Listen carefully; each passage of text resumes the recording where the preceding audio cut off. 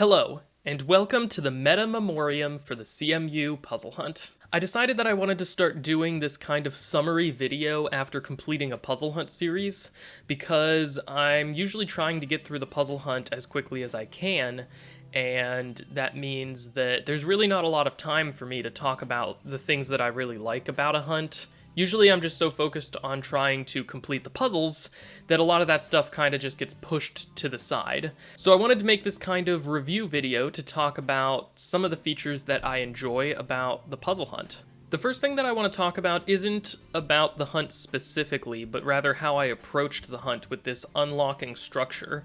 I was a little bit nervous when I started the hunt that I was going to get to a point where I had 3 feeder puzzles that I just couldn't solve and couldn't unlock anything to advance forward. Fortunately, that didn't happen this time, and actually I really liked how this unlock structure played out in general. But I think if I were to do it again, I would add an additional rule that after so much amount of cumulative time, another puzzle unlocks, just to prevent me from getting to that point where I have no puzzles left that I'm able to solve. This was a really interesting way to structure the puzzle hunt.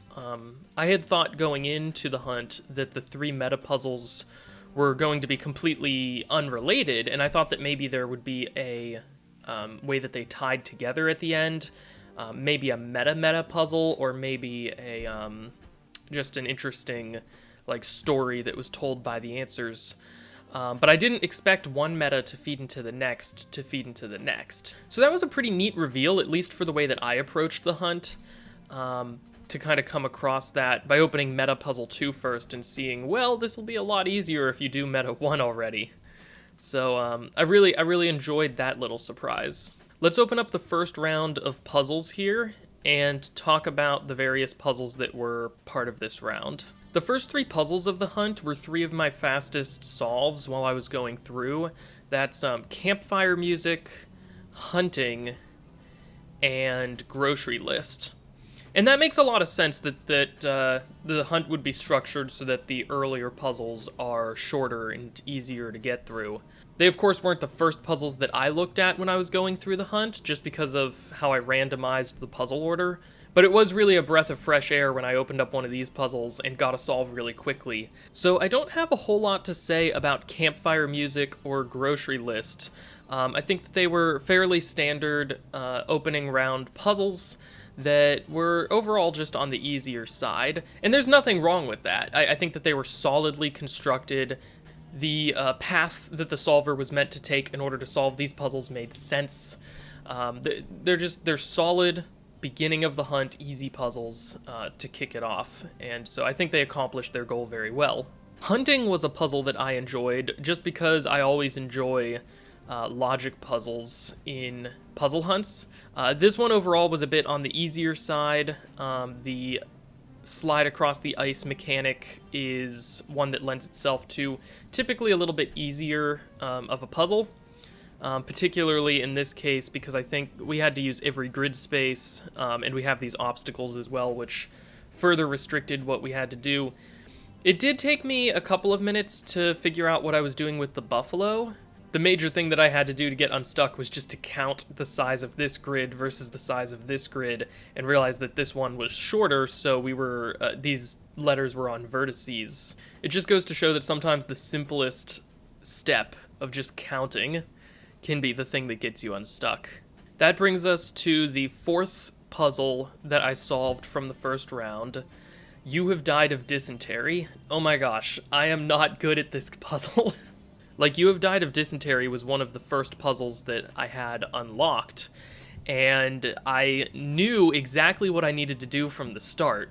But this is the kind of puzzle that I'm just really not that good at least I don't think of myself as very good at this kind of puzzle. I knew that this was the kind of puzzle that I was going to find myself staring at for a really long time to make one aha at some point later on. I did like how the symptoms were utilized to clue the various letter pairs. I thought that that was a really fun thing that they included in this puzzle. This is also the kind of puzzle that lends itself, in my opinion, really well to being solved by a team, because, while I would look at dehydration and think water H2O and immediately spot that one. Somebody else might look at flushed skin and think about colors and immediately catch that one, which that's the one that I didn't solve that one by the point I got to the end of the puzzle. So this is the kind of puzzle that really opens itself to different people thinking in slightly different ways and creating a good collaborative experience. So I think that this puzzle does a good job at that kind of construction. So now we're getting into two of the puzzles from the opening round that I never looked at. I was able to solve Meta Puzzle 1 without looking at these puzzles. So I want to take a quick look at them and kind of see what the idea was behind them, just to get an idea of what else this hunt offered that I didn't see yet.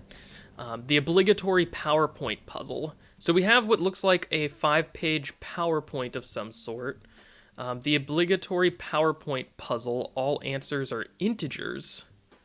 And they added of a, the obligatory power of a point. Okay, so it's a geometry puzzle of some kind. So we have a circle, points A, B, C, D, and X, and then they give us some of the lengths, like A to B is 2 and C to D is 9. And then they're asking for these two lengths of line here. Okay, so my guess is that you need to use geometry in order to determine what x1 and x2 are in this case, and then my guess is that that's going to be a 2-digit number, which you probably just change directly into a letter. Are the other pages about the same? Yeah, it looks like it's some more geometry, finding, this time it's x3 and x4. Okay, so maybe each x is an integer itself, and you change those integers into letters. I'm going to open up the solution file and see if that's the correct way to approach it. This puzzle is about the power of a point theorem. Oh, okay, so that's why it's PowerPoint themed. Oh yeah, okay, so the power of a point theorem is a way to calculate some of these lengths based on these chords, or lines that go across the circle. Okay, so most of this puzzle seems like it was tracking down this power of the point theorem and then being able to do the math to extract these lengths. The final answer is root beer. Okay, so that's one that I never extracted. Next up, we have the Dirty Dozen puzzle, another puzzle that I didn't get to. I don't even think I unlocked this one. This one was still locked at the end of when I finished the hunt. So I never looked at this one at all. As you're preparing to leave for Oregon, you meet a rambling traveler. Find the missing number and type to figure out what you need. Come and hear the story of my August accomplishments. Did you ever see a 3-headed dog? Or how about a dragon? Yesterday I captured a bull just like the one that lived in the labyrinth. The bird on that pear tree gives me hope. Ah, okay. I was unsure what was being hinted at until I read this very last line. The bird on the pear tree gives me hope. That's probably a reference to a partridge in a pear tree, and so Dirty Dozen is a reference to the song 12 Days of Christmas. Maybe not. Now that I'm looking at it, there's actually other sets of 12 that seem to be referenced in here. Like there's August as well as March, which are both months, and there's 12 months. Here's also April.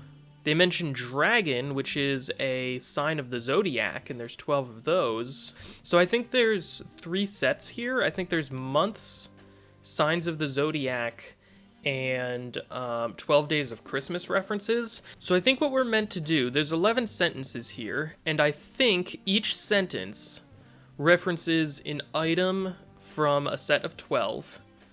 And I think those sets are all going to be ordered. So for example, we have the partridge in the pear tree, which is number 1 of its set. I think every number from 1 to 12 gets used once, but there's one number that's going to be missing, and so that's the missing number. I also think, I'm not quite sure if there's 3 or 4 sets here. I think there's going to be 4. I'm not sure what the 4th set is yet. But my guess is, since there's going to be 12 items essentially, with one being missing, I'm guessing each set will have 3 entries, except the missing one will, of course, only have 2 entries. So I'm guessing we need to find the missing number from that missing entry, and that'll be the answer to the puzzle. Each sentence contains a reference to one of the items from a set of 12. There's the 12 months of the year, the 12 labors of Hercules, that was the one I was missing, 12 animals of the zodiac, and the gifts in the song 12 Days of Christmas. The text has 3 items of each type, except there's only 2 animals from the Chinese zodiac. Okay, good, so that's the missing type. In the text, each position gets used exactly once, except for the second position. Yes, okay, so I would have gotten this one pretty quickly, too. I think I only spent like 5 minutes or so thinking about this. So the missing number is 2, and the missing type is the Chinese zodiac, and the ox is our final answer, being the second animal of the Chinese zodiac. Nice. And so that brings us to meta puzzle number 1, crossing the river. The obligatory PowerPoint puzzle had root beer, and Dirty Dozen had ox. So what are the ways to cross the river that involve root beer and ox? Okay, so ox ford makes sense. You ford a river. And then root beer float. So the float was the numerical specification, which is a floating point, and the ford was the painted stone, which is fordite. Okay. This puzzle was a very interesting one. Finding the different ways that you can cross a river and then implementing those to solve these clues. It was a really interesting solve. Okay, next let's open up some of the round 2 puzzles and see what we missed from the second round. So I think a bunch of my absolute favorite puzzles from this hunt were in the second round here. First up we have Little Experiments, which is the one that I quickly threw together about halfway through solving the second meta puzzle, just because I needed one more answer. It turned out to be a really quick solve, mostly because I had heard of the game Little Alchemist before, and I've actually played it before. So when I saw that we were combining water, earth, fire, and air to progressively make larger and more interesting things, I quickly thought of the game, and the title kind of confirmed it for me. So this was a very quick solve for me. I can see how it might be a bit tougher for somebody who maybe hadn't heard of the game before. But for me, it was exactly what I needed halfway through the meta, a quick, easy solve to get one more answer. Falling Rocks was another one that actually on the surface turned out to be pretty easy. I kind of went down a wrong path with this one of deleting some stuff before I really should have.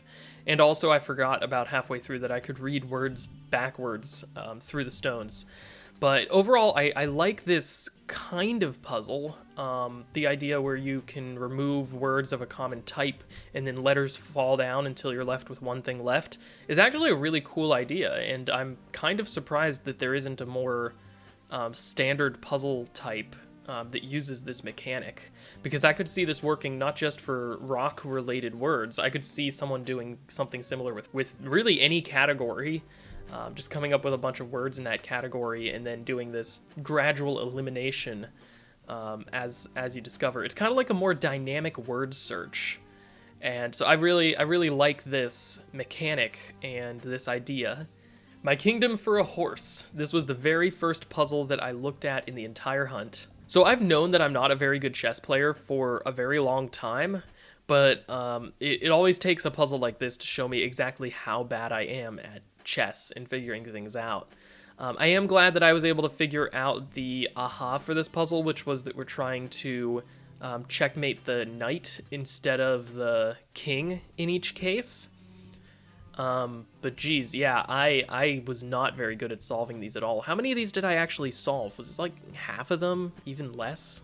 It looks like I solved 5 of the 10 chess puzzles, to be able to extract the final answer. And I'm so glad that I was able to extract the final answer, because I was staring at just the easier puzzles, just the ones that required less moves, for so long. So yeah, I think this is a really cool take on the chess puzzle idea, where typically you'll see a chessboard like this and a number of moves, and your goal is to checkmate the king, as you would in a game of chess. I think this is a really cool take to have to checkmate the knights instead, especially for people who solve chess puzzles like this regularly. I'm sure it's a very fun twist on that original idea. Which takes us to Keep Talking and Nobody Explodes. This is one of those puzzles that I spend so long during the actual hunt staring at the puzzle, growing a little bit frustrated on the puzzle, eventually solving the puzzle, and then I'll end up looking back on this puzzle as my favorite of the hunt because of just the incredible trials that I had to overcome in order to get through it. From the opening seconds of this puzzle, hearing this guy talking at the speed of sound is just, it really sets the tone for how the rest of the puzzle's going to be. And I think that tone is really consistent with what the original video game that this is based on, how that kind of feels. Help! I'm stuck inside this mountain with a bomb. This initial set of 2 modules that set up the crossword puzzle and how you extract from that was a lot of fun. I had a little bit of trouble understanding what he said in a couple of these clues, and that was a tiny bit frustrating. But fortunately, because it's a double-checked crossword puzzle, every letter gets used twice. I don't think it was too hard to get all of the answers, and of course this was the first set of modules that I finished. So I think this one was really well constructed and really satisfying to kind of listen to the Simon Says and hear these colors and just have no idea what you're supposed to do, and eventually moving on to this, which is a little bit more concrete as to what you're supposed to do, and then all of a sudden realizing, well, hey, these 2 modules are connected.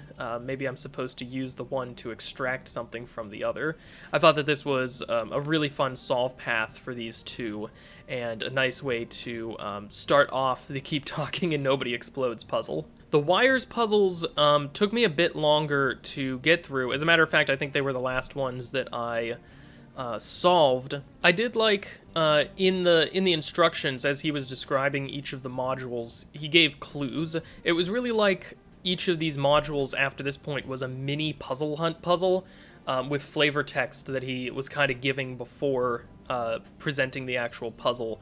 And the fact that they were able to convert so many interesting puzzles into just an audio track is just really cool for the construction of this entire puzzle overall. I especially liked that they converted an entire Sudoku puzzle into an audio track. So definitely for me, I think this takes the trophy as my favorite puzzle of the hunt. There were a lot of really good puzzles in this hunt, but I don't know, something about this one is just, I'm going to be thinking about working through Keep Talking and Nobody Explodes for a while. Round 2 also had the directions puzzle, which is another logic puzzle, and I was really excited to do this one because I've done skyscraper puzzles before, and this is an interesting variant of skyscraper puzzle.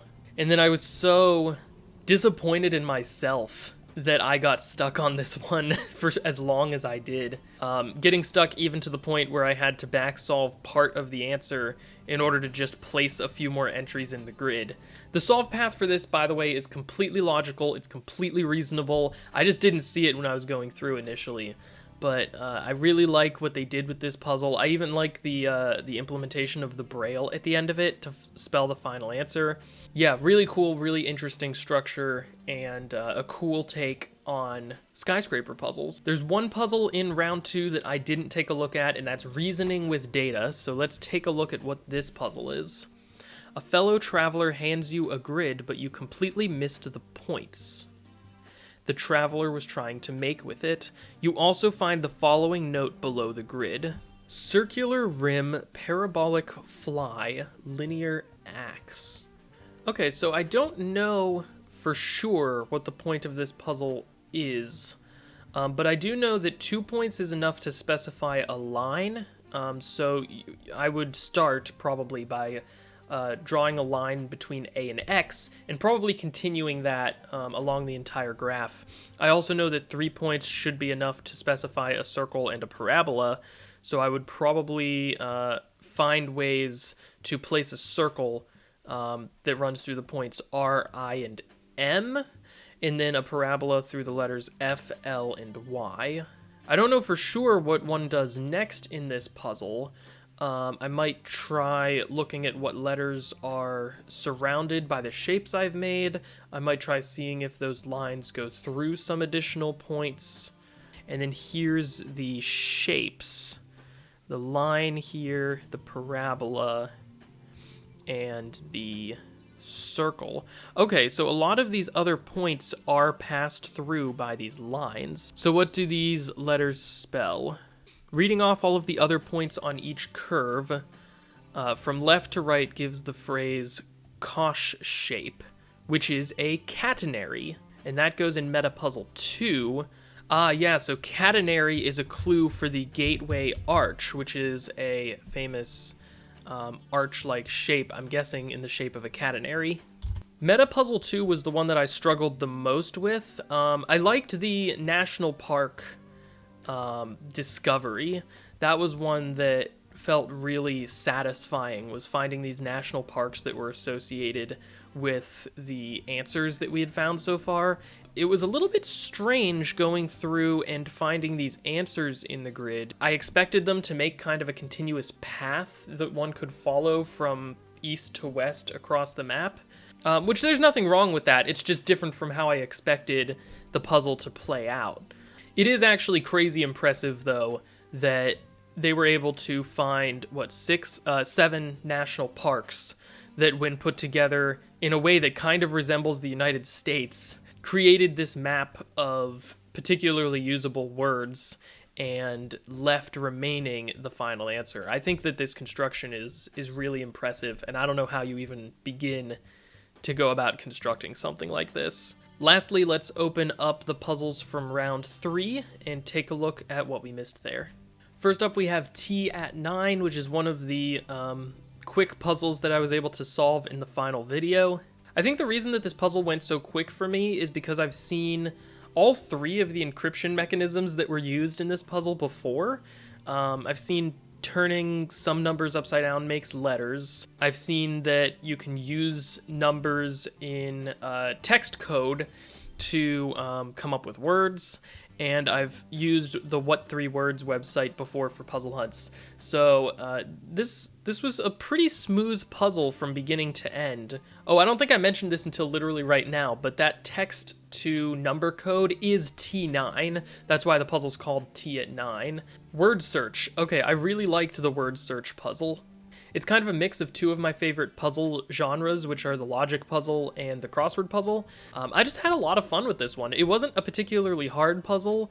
There wasn't anything, at least for me, super shocking or surprising that happened within it, but it was just a fun puzzle. This is the kind of thing that I would just work on even if it wasn't attached to a puzzle hunt, because I just enjoy this kind of process. Imposters Among Us. Okay, so this puzzle was another one kind of like You Have Died of Dysentery, where I knew there was a decent chance I would be staring at this puzzle for a really long time, just not noticing what the various groupings were. Overall, the mechanic's really cool. It's really fun to implement this imposter idea at this point in 2020 when Among Us is so huge. And yeah, I really liked the overall reference and also this final extraction of one more set with one more imposter. Gone Trapping. Okay, this kind of puzzle I'm much better at, in part because there's cryptic clues here, and I really like solving cryptic clues. I had a lot of fun solving these clues, and then even more fun figuring out what to do with them. I think that this way of implementing the compass points and using that as a way of ordering the final extracted letters is a really, really cool idea. Overall, this puzzle was a ton of fun, and I really enjoyed putting all of the pieces together. And that brings us into the final 2 puzzles of this set that I never took a look at, which are Honest Poker and Darwinism.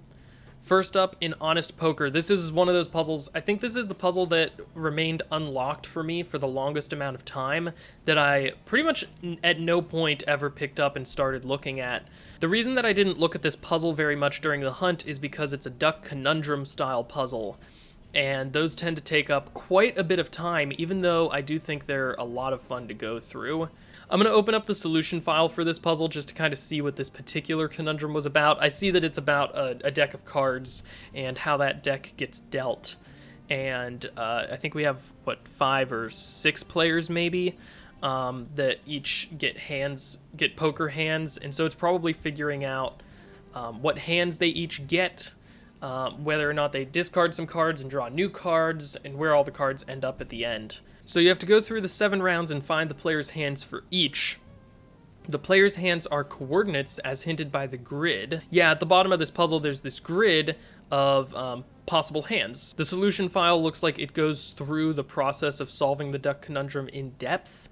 So with just the information from round 1, you can figure out that player A has a 7 and something else. You can figure out that player E has a 4 and an 8, for example. And so it looks like the point is to go through and deduce these hands for each round. Oh, I see. And then once you have all the players' hands, the players have names that start with the letters A through F. So you connect the dots on the grid, and it spells a letter for each round. And actually, this is very interesting. Typically in a duck conundrum puzzle, you have to follow all of the steps, and then the very last step in the instructions is some way of extracting a final answer. So actually, I don't think this is a duck conundrum puzzle at all. I completely misread that. I saw a long page of text with multiple rounds of what seemed to be some sort of board game, and based on other hunts that I've done where board games were being played, and you had to keep track of what was being done for each round, I assumed that that was what was happening here, but it looks like this isn't a duck conundrum puzzle at all. Each round is actually more like a logic puzzle, where you have to figure out each player's hand and get a letter from that. And the final answer for this puzzle is ruffian. That brings us to Darwinism, which I did very briefly look at during the puzzle hunt, but I didn't actually do anything to start solving it. Darwin is, of course, a very prominent figure in evolution, so I'm guessing maybe that we were supposed to figure out what each of these images on the left evolved to. Let's open up the answer to this one and see. So first step is identify the pictures. Okay. Darwin's theory is of evolution. This, along with the flavor text, the layout of the arrows, and the sprites at the bottom of the puzzle, may clue that this is a puzzle about Pokemon evolution. Okay, I did say Pokemon when I first looked at this puzzle and saw the silhouettes, but I wasn't super certain. Each of these images can be associated with a Pokemon that has an evolution. These are the names that are encrypted below the images, using a simple substitution cipher, which should help identify some of the trickier images and Pokemon. Each of these Pokemon evolve by leveling up after a certain level number. Also, each of the level numbers are unique and consecutive. Oh, okay, so the silhouettes at the bottom weren't the extraction. The extraction is to sort by the level number. So you get these letters. Is that encoded using the same cipher? The letters spell this, which encrypted in the substitution cipher is this. IDEVOL items? ID evol items. So identify evolution items. And then this is where the silhouettes come in. The silhouettes are of evolution causing items. So then it looks like those items that we use to evolve the Pokemon are the same length as the Pokemon's name, so you put those items onto the lines and extract the question mark letters again. And this time it spells answer handspan.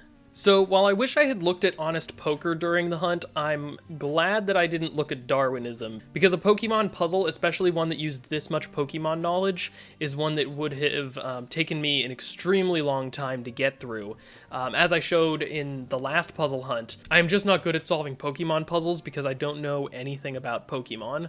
This is probably a very fun puzzle, very satisfying to solve for somebody who knows things about Pokemon, but unfortunately I can't really understand how common some of this stuff is because it all just looks like a bunch of words I've never seen. Appleton, Chansey, Magmortar. And at long last, that takes us to Meta Puzzle 3, Dividing the Land. I'm kind of interested to see how badly I placed all these things in the grid. I'm guessing at least some of these ones over on the left-hand side are correct.